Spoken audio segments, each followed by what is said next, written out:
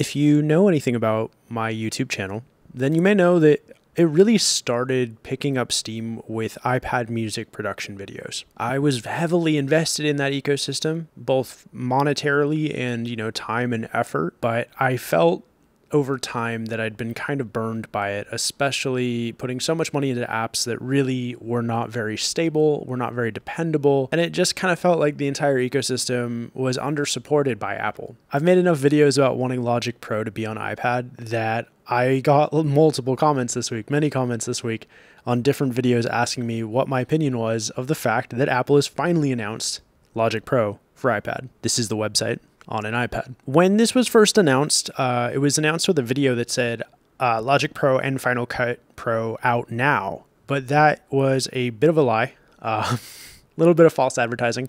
These apps actually launch, I believe, on May 23rd. So it's not horribly far away, but it isn't out now. And because it's not out yet, I felt like I shouldn't make a video because I didn't want to be clickbaity. And I didn't want to be like, it's here when it's not. But it does seem like people care about my opinion about this. And so I do want to talk about, my hopes and expectations. But I do think this video will age poorly compared to other videos because it's time sensitive. But yes, this is what I've asked for literal years. And especially in my 2023 What's Going On with iPad music video, which is the one I'm getting most of the comments on, I was really saying this is what needs to happen. And basically, if Apple executes on what they've announced and it is stable and it works properly on all of the supported iPads that it has been rolled out on, this is the answer to my prayers. Basically, this is exactly what I wanted. And so let's talk about that. The reason I'm so excited about this is because Logic Pro essentially has every single app and sound design tool you might need to make songs from start to finish, from a sketch all the way to a completely mastered, uploaded project. If this app is stable, which is a big if, but if it's stable, it will be the first time you've really been able to dependably do this on an iPad. There have been apps and plugins and DAWs who have all claimed to be able to do parts of what this can do, but all of them have had pretty major issues or bugs, partly due to the work of the devs, presumably, but I would say way more due to Apple's lack of support for this platform for music makers. And so part of why I wanted Logic Pro to be on the iPad is because it would mean that Apple was throwing their true professional muscle behind this platform. And that is what it feels like they're doing here. So let's talk about some of the major points. Based on everything I've seen on the website, it really does seem like it's going to be full-featured, full-fat Logic Pro on iPad with some tweaks for UI. I do think it'll be interesting to see how they've navigated touch, but they really do seem to have built this with touch in mind, and they have plenty of experience designing a touch-based DAW because they made GarageBand on iPad for literal over a decade. Something I'm especially interested in is if they have the spatial audio mixing tools on here, because that would be really fun to like literally touch UI elements to move parts of your song into different parts of the stereo or surround mix. That's something I'm really interested in. There are a few key tools in this app that were really missing from GarageBand. And something I talked about in my What's Going On with iPad Music in 2023 video was that GarageBand really needed the ability to see decibel levels to properly mix. It really needed a proper sampler. And both of those things are here and more. We can see, I think they call this Beat Breaker.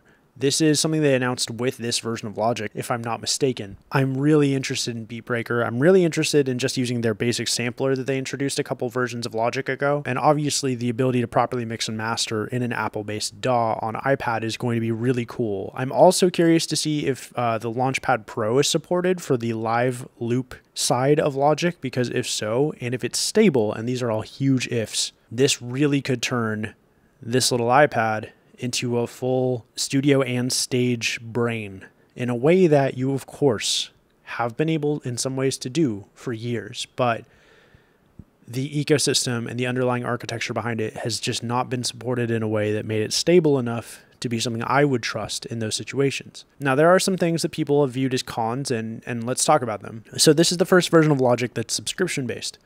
I paid, I believe, $300 for a student bundle that included Logic Pro 10, Final Cut 10, and some other apps I never used.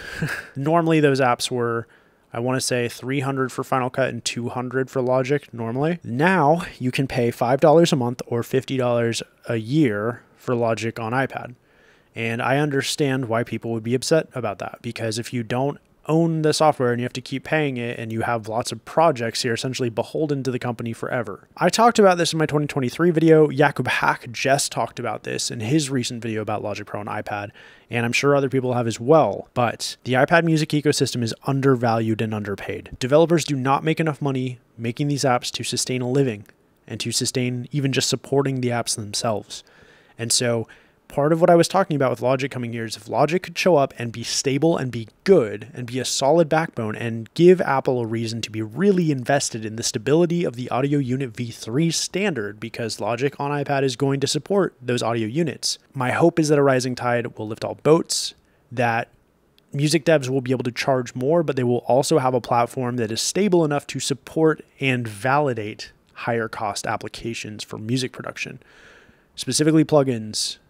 Because if Logic is good enough, I might not need another DAW on here. Although, I would love to see Ableton enter the ring. And personally, I don't know if Native Instruments watches all of my videos, but Mick Benjamin's Native Instruments, if you're watching, please put machine software on iPad. Let it run everything it can run on Mac, and let me plug my machine directly into this. Oh my God, the game changer that would be. But let's talk about Logic. I'm really interested in this touch interface they've created. It really looks like they've thought about touch and they've thought about the iPad. I'm sure this is true of Final Cut as well, and I am interested in Final Cut. If you've watched my channel long enough, you might know that I've had multiple iPads, including when the M1 iPad Pro 11-inch first came out. This is not the first one I owned. I owned the 1 terabyte, 16 gig of RAM model because I was so sure that they wouldn't launch that device without pro apps. And I was wrong. Never buy hardware based on what you think it'll do in the future. Buy it based on what it does today. But today, or March 23rd, the iPad Pro will run Final Cut Pro and Logic Pro. And this model, the M1, will run both of them. Earlier iPads Pro can run Logic if they have an A12 Bionic, and Final Cut is limited to the M1 and higher series of iPads. But this touch interface, along with the ability to use the pencil and use keyboard shortcuts, I'm really hoping they took as much time as they did, because there have been really solid rumors from pretty dependable sources that Logic Pro is coming to the iPad since like 2020, at least 2021. I'm hoping it took so much time for it to actually happen because they wanted to make sure it worked and it was worth the money. And if it's stable and if it does everything it promises it can do, then I have no problem paying $5 a month. And if it's really useful enough, I'll probably just pay $50 a year. I don't want to see every app go in that direction though. In my opinion, if you're a music dev, like a plugin developer for iPad, my hope is that this DAW is so stable and that the Audio Unit V3 standard becomes so stable on iPad that you can invest the time and effort necessary to make a $50, maybe even $100 plugin that you have a single purchase for and know it's going to work. And there are already some apps like that. I mean, I paid, I think, $130 for the FabFilter bundle. I paid probably $30 per app from like Sugar Bytes for Apparillo and Factory. I mean, there are certainly plugins and DAWs and things I've paid plenty of money for. But on average, I think a lot of iPad plugins are pretty cheap, like $5, $3, even $10 is really cheap in the world of desktop music production. I don't think we need to get to a place where apps on the iPad cost exactly as much as they cost on desktop, because apps being relatively cheap has been really good for music creators. And I know that there are a lot of creators and people who watch my channel and people who don't, who love the iPad and who want it to be what it is. I mean, I think Jakub even alluded to that in his latest video, that he's not necessarily interested in the iPad becoming the Mac. He wants the iPad to be the best it can be. I tend to agree, with the big caveat that because it's capable, I'm excited to see full-scale pro apps like this be attempted on this platform, and Apple throwing their own weight and effort into this is really exciting to me. It's the same reason I said they needed to do this 2 years ago. If Apple gets enough investment from users who are paying for the subscription and enough feedback that they need this ecosystem to be mature, because it is an old ecosystem at this point, I'm hopeful they will take that feedback and take it seriously. Them putting their pro apps on iPad, for me, has always been about the rising tide that lifts all boats, which I've already said, but it's still true. In my opinion, there's no real con to this. We need a developer with limitless pools of time and money and power and capability to be invested in this platform if we want it to really thrive. We can't ask people who do what I do, which is work a full-time job and then make stuff on the side, to be the backbone of this platform. Just like I believe I contribute in a meaningful way to YouTube and to this community, I believe that the devs who are doing side hustles like this contribute massively to this platform. But there's a reason you need full-time YouTubers to make the real pillars of YouTube content, just as much as you need full-time, well-paid devs to make the backbone of this platform. But yes, I am so excited to use this app. And if it works, if it can do everything that they say it can, I will be extremely tempted to get an M2 12.9 inch, 1 terabyte iPad Pro and make it my Final Cut and Logic machine. Because that is what I've wanted this platform to be for so long. I know that there are people who don't want it to change, but I've seen the potential, and I know you have too. A lot of you have seen the potential for what this can be. And I'm so cautiously optimistic, maybe even not cautious enough, optimistic that we're about to finally have the platform we have wanted for years. That being said, personally, I'll be doing the month-to-month subscription option until I really have proven for myself it's stable enough to trust it. I would love it to be so stable, like the Electron gear that I use, that I could really depend on it for a live show, that I could really depend on it as the backbone of a music studio, because it would be so cool to have a device this small, this portable, be your video editing and music production backbone. And the fact that it has Stage Manager now, I'm curious how it's going to look on an external monitor. I'm curious how it's going to work on the monitor, on the screen itself. These are all questions I'm going to be testing a bunch of to help answer, as I'm sure many of you watching and many other YouTubers will too. This is the most exciting thing to happen to the iPad, probably in my opinion, since the iPad came out.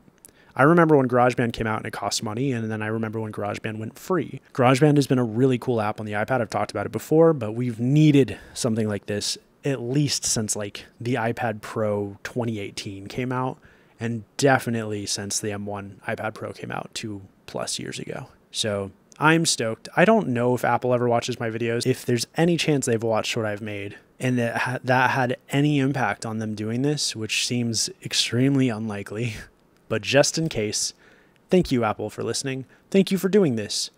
I know that you're trying something new here.